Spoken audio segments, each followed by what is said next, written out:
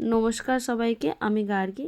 আপনাদের কাছে একটা রাত্রের সুন্দর একটা রেসিপি নিয়ে চলে এলাম।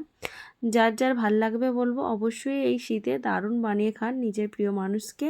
একদম একটা রাত্রে ডিনারে দারুণ একটা রেসিপি করে খাওয়ান।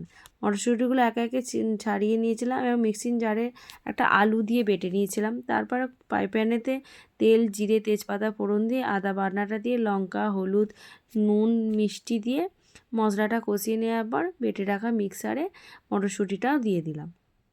আর একটা অন্য কড়াইয়ে জিরে, শুকনো লঙ্কা আর একটা এলাচ দিয়ে মশলাটা করছিলাম। ঠিক কালারটা এরকম আসে তখন মশলাটা দেবেন। যদি দেরি হয় একটু ময়দা দিয়ে দেবেন, খুব তাড়াতাড়ি টেনে নেবে আর খুব মশলাটা ক্রাঞ্চি, খেতে ভালো হয়।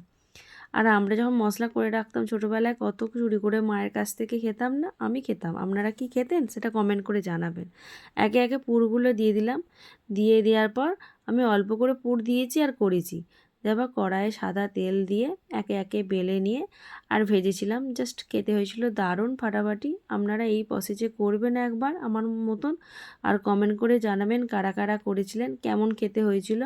একটা পুরো পাশ দিয়ে বেরোবে না ফেটে।